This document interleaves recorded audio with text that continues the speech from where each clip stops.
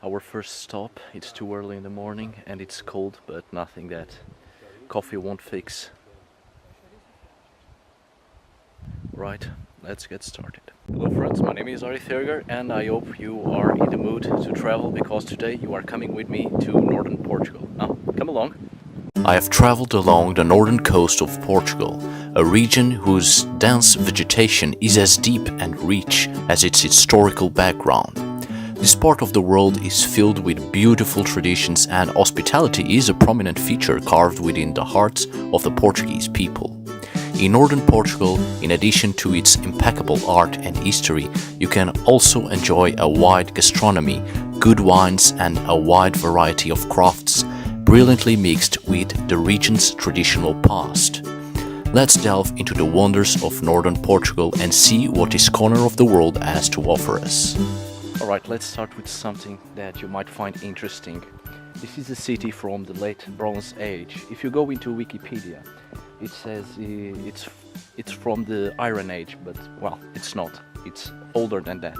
Let's start our journey by visiting an important late Bronze Age city called Citânia de Briteiros, one of the most expressive proto-historic settlements of the Iberian Peninsula, not only due to its dimensions and the monumentality of its walls, but also the urbanism and architecture in such a high place.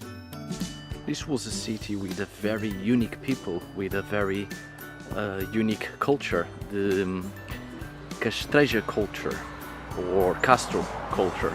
The Castro culture is the Celtic culture of the northwestern regions of the Iberian Peninsula, a culture which dates back to the end of the Bronze Age and progressively coming to an end when the Romans invaded this part of the world.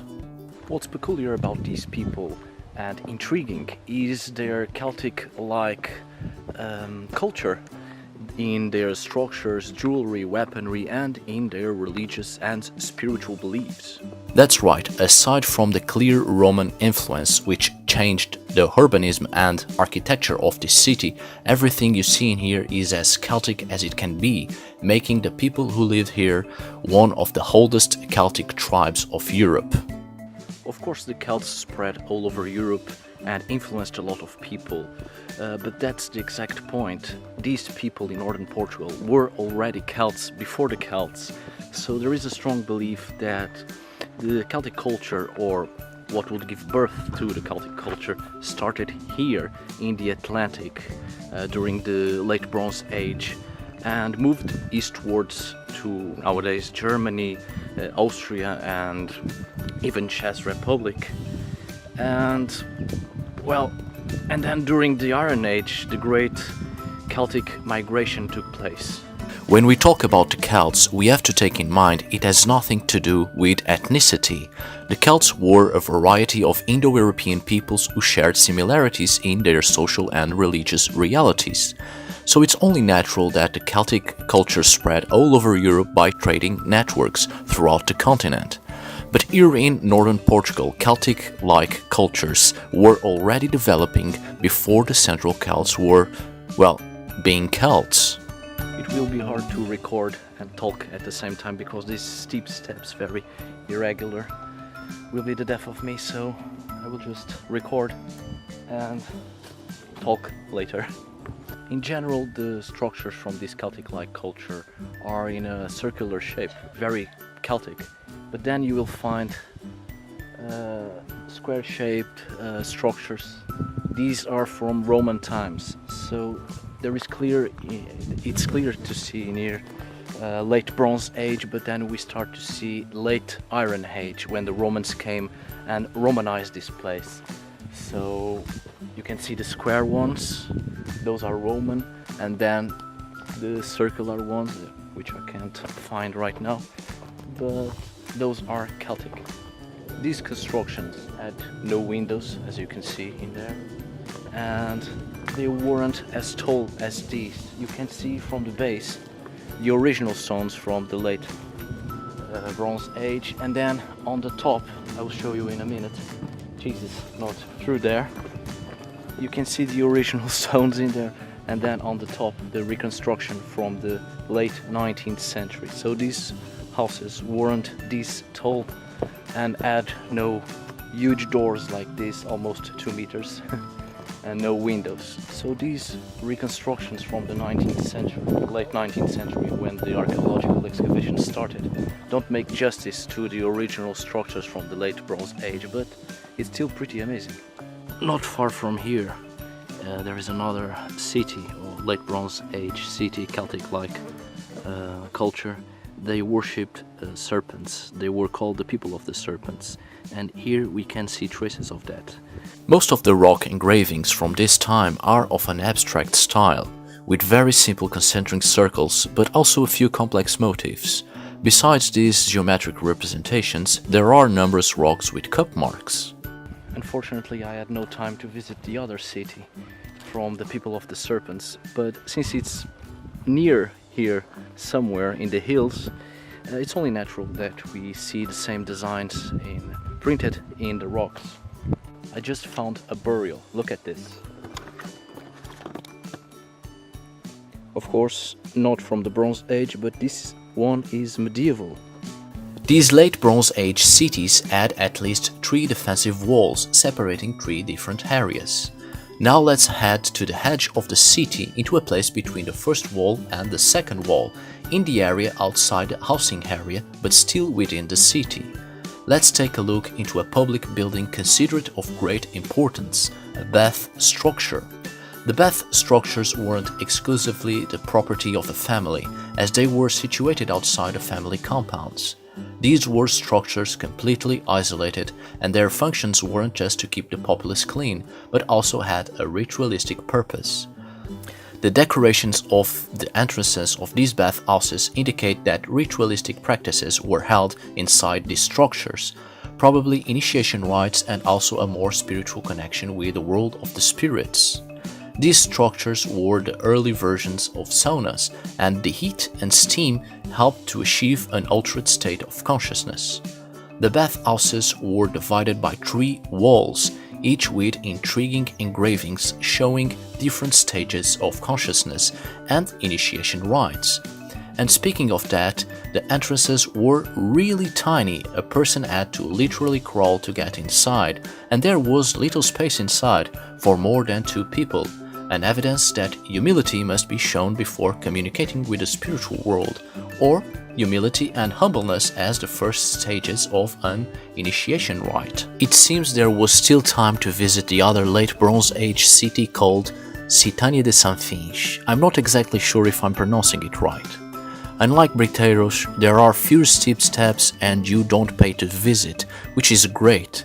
On the other hand, there is little information available about this place, and as you already know me, everywhere I go I buy loads of books, but there were none about this archaeological site.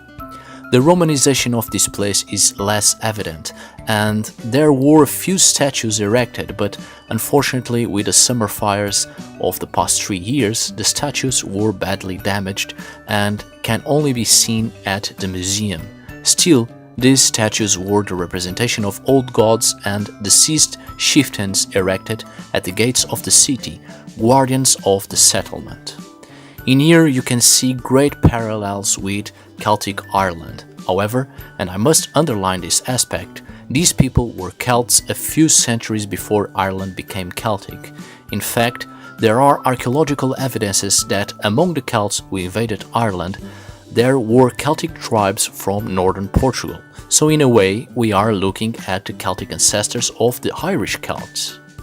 The people who lived here in northern Portugal were called Safi or Ophis, the name given to these people by the ancient Greeks.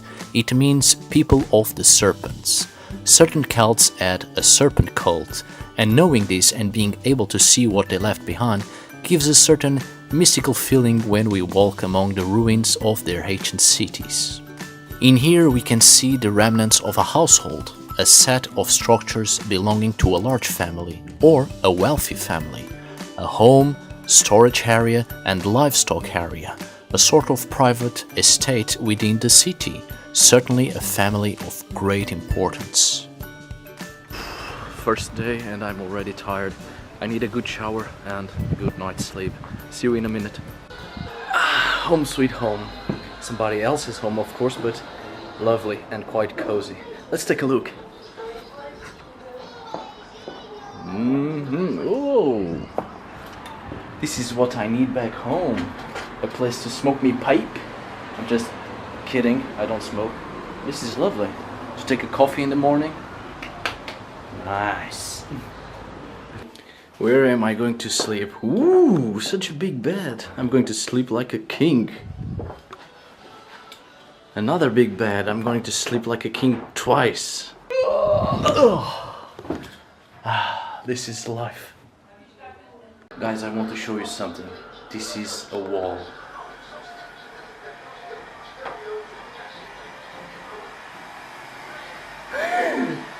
Bath taken, going to read a book. The simple pleasures of life. Good night, see you tomorrow. Good morning. Yeah, eating some breakfast. The most important meal of the day. Putting some clothes. Yeah. Let's go out exploring. Today we are going to visit the city of Braga. There is an old Portuguese saying that when you want to say something is very, very old, you say "Isto é mais velho que a cidade de Braga," which means that it's older than the Braga's cathedral. So it's a clear allusion to how old the history of this place is. Of course, the cathedral isn't that old. This place has an history of more than 3,000 years, but the cathedral dates back from the 3rd century of our era, making it one of the oldest cathedrals in the Iberian Peninsula. When the Romans invaded northern Portugal, they built the city of Braga in the year 16 before our common era, with the designation of Bracara Augusta, in honor to the Roman Emperor Caesar Divi Filius Augustus. Braga takes its name from the people who lived here before the Romans. We might never know their true name, but the Romans called them Bracaros. It comes from the Latin word brachae, which means, well, underwear. Long johns to be more precise, big panties. Who wouldn't be proud to belong to the Celtic tribe of the long panties? The Romans had a peculiar sense of humor, but I'm sure they weren't laughing when they fought the Celtic tribes of nowadays Portugal. Jokes aside, the people who lived here before the Romans were very tough. For instance, it took the Romans less than a decade to conquer Gaul, but it took them more than 200 years to conquer the people who lived in what we now call Portugal. They really didn't want to be Romanized. Well, I'm sorry I cannot record inside the cathedral nor take any pictures. Honestly, this is the first country to tell me this, but I understand why. There are a lot of jewels inside with precious stones, silver, gold. Amazing, but well, I think I understand why I can't record it. Since I wasn't allowed to record inside Braga's cathedral, let me show you what I could record and tell you about this historical structure.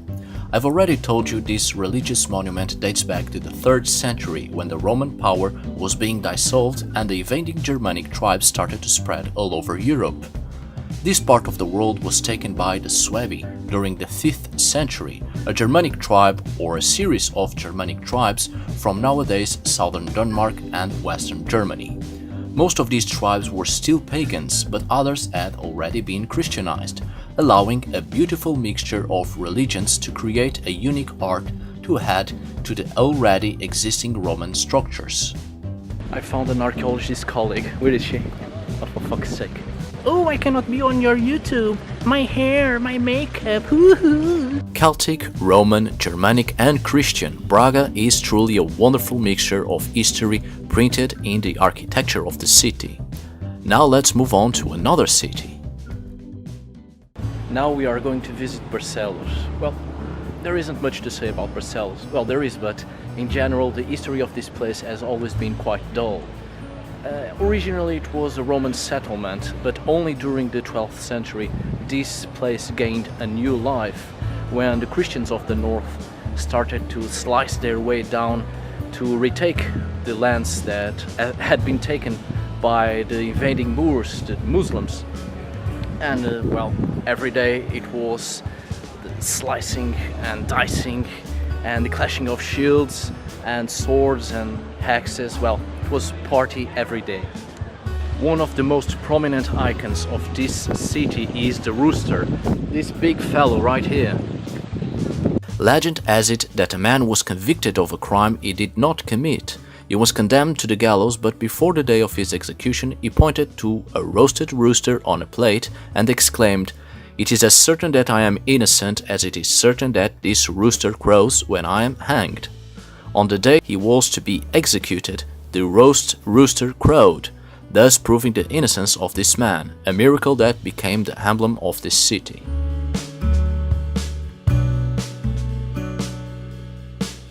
I'm an old man. I use the lift to visit high places such as the famous Tower of Barcelos. Barcelos is a cozy city, and if you come here, make sure you walk by the river. It reminds me of York somehow, but with a more early medieval look to it. Don't be like me. Come to Portugal during winter. It's September, but it's still too hot. I can't take it anymore. That's right. To me, the only problem of Portugal is the heat. But that's just me. The weather in Portugal is one of the main reasons people visit the country, but you shouldn't be eager to come to Portugal just to run away from the cold weather. Make sure you enjoy the deep history of this country. With that being said, let's move on to another city. Now we are going to visit the city of Guimarães. Well, this city played an important role in the birth of Portugal as a unified country, and the city is often referred to as the place where Portugal was born. Of course, the history of this place goes back as far as the prehistoric times, but in terms of medieval history, the 12th century really was important to give way to the construction of this nation. Guimarães is often designated as the crib of Portugal due to the fact that the administrative center of the Portucalense county was established here by Henrique, Count of Portugal, and his son Afonso Henriques was born in this city, the very first king of Portugal. We are talking about one of the oldest European countries. While other countries changed their borders as recent as the 19th century, the Portuguese borders remained the same since the 13th century. As I have said, this city played an important role in the defense of the north against the Muslims, and was also the strategic place to launch a major campaign to take back the lands from the invading Muslims. From here, Afonso Henriques, the first king of Portugal, paved his way south to construct the Kingdom of Portugal. Those were the days. Living in a castle, I mean. You would spend most of your time drinking, eating and whoring, and only stop to go to war, hanging out with the gang and breaking a few skulls and going back home in time for supper. Of course I am joking. Those were hard times, and as it is often said, hard times breed hard people. History might seem amusing and filled with action and outstanding heroes, but let's not forget that history is written with blood. The more poetic it sounds, the worse it was. Poetry is used to cover the hard truths of the battlefield. I don't want the other Portuguese cities to feel sad, but Guimarães so far is the most beautiful Portuguese city I've ever visited. If you ever come to northern Portugal, make sure to take a peek in this city. Now dear friends, I hope you have enjoyed this little documentary about northern Portugal. See you on the next video, and as always, tack för idag! Alright friends, vacations are over. I'm so tired. This country is so hot. I need to see some snow. Anyway, if you like sweets, cakes, pastries, this is definitely the country for you. The food is very tasty. Excellent red wines, very sweet, very strong.